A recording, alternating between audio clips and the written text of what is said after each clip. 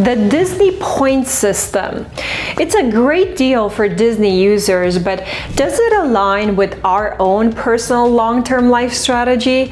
Are you going to Disney for the next 60 years? Let's talk Disney points, shall we? I'm sure you've heard of Disney before. They're magical parks, experiences, hotels, resorts, bundled yearly passes, and point system? Who knew you can buy points to their resorts and never pay for an overnight stay again? Yes, you heard that right. So let's go over what this point system is and how it works.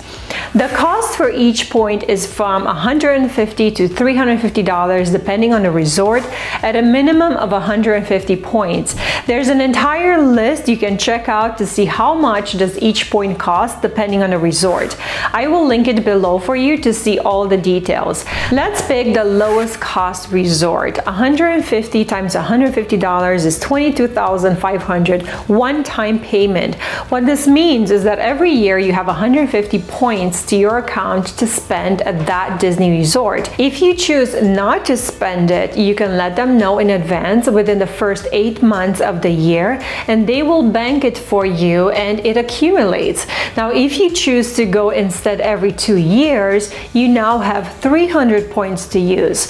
Let's look at how much does a night at this resort actually cost. Depending on the type of accommodation you choose, it can vary from 1 bedroom to suite upgrades, 1 to 2 bedrooms, and each month has its own rate. We have peak and off-peak as well as weekend rates, which are higher. So let's pick something in between. Let's say 2-bedroom villa, Sunday to Thursday, it's 30 points a night rate.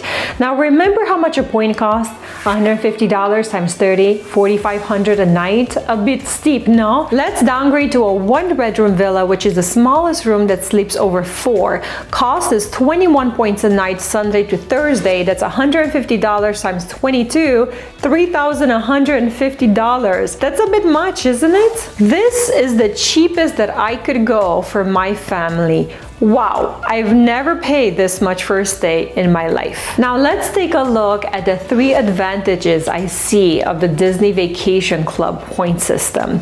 So let's clarify who this is for.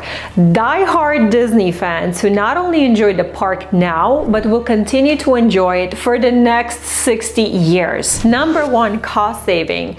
Purchasing the Disney points can potentially save money in the long run if you plan on taking frequent Disney vacations.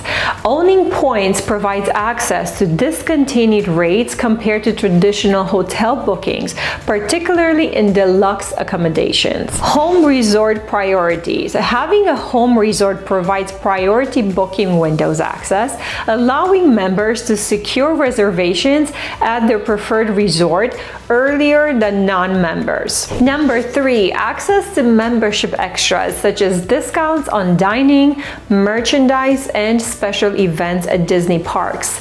You can also participate in member-only events, enjoy discounts on annual passes, and access exclusive lounges. Now here are the disadvantages. High initial cost.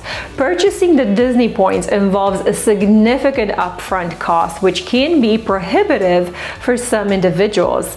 Additionally, there are annual maintenance fees associated with owning the Disney points, which should be factored into the overall cost.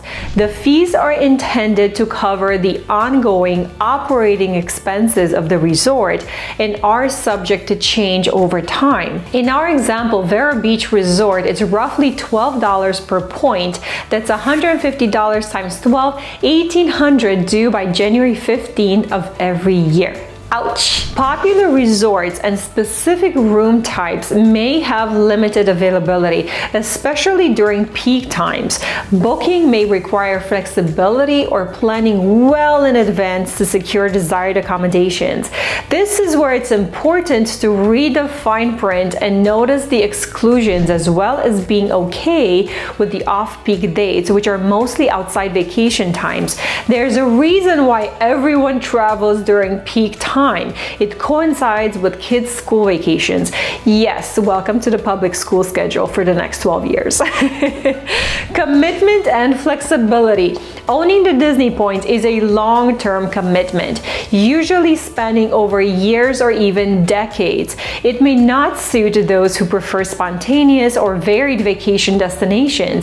Selling or transferring points can be challenging and may incur fees. If you choose a licensed broker to sell points with, they charge anywhere between 6 to 10% of the value of the points. In our case, it's $1,350 to $2,250 for the points.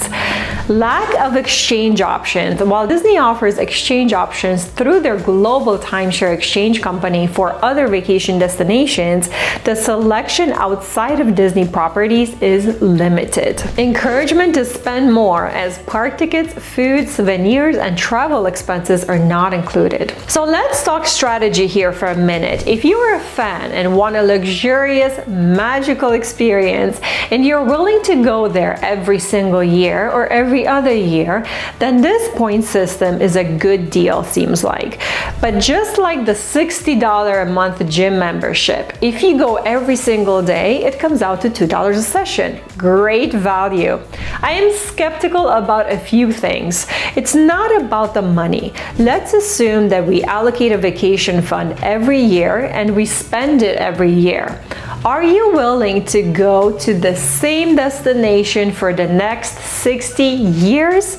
Because that's what you are committing to. What is your long-term bucket list goal? I think we should all take a few minutes to think about, or even better, write down what are your dreams? What are your dream destinations? Where do you see yourself travel? Where do you want to go? What are you interested in seeing? Is going to Disney 30 times it? Because that's what you are committing to. Why not diversify your options? I have been to all of their parks in Florida, and trust me, after a few times, the magic wears off. If you have children, I know you think you're tempted, and while they think it's cute or see all the characters and experiences, when they grow up, is your 20-year-old, 30-year-old continue to hold your hand every year? How much Minnie and Mickey can you see? I think we have a small window of interest for kids. It's probably between 3 to 10 years old. Before 5, they don't remember, and after 10, it's not the same magic. So you have 7 wonderful years to go every single time. Why not explore outside of the resorts or try each resort separately?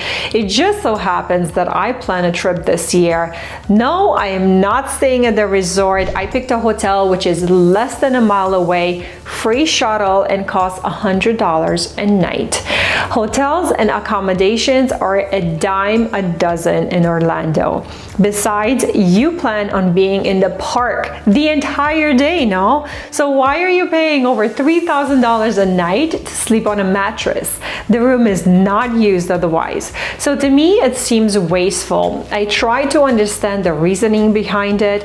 As a one-time experience, sure, try it, but to commit to 6 decades, it doesn't make sense. And if you do change your mind and get bored in 10 years, you will feel guilty that you are not spending those points and might just go to not waste the points. So there is an entire world out there to be explored. Most Americans don't even have passports.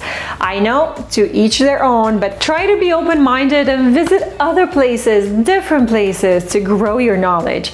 And that's my 2 cents on it. Are you thinking about getting the Disney vacation points? Share below in the comments what has been your experience. For top 10 wasteful things that people spend their money on, you want to check out my next video here. I'll see you there.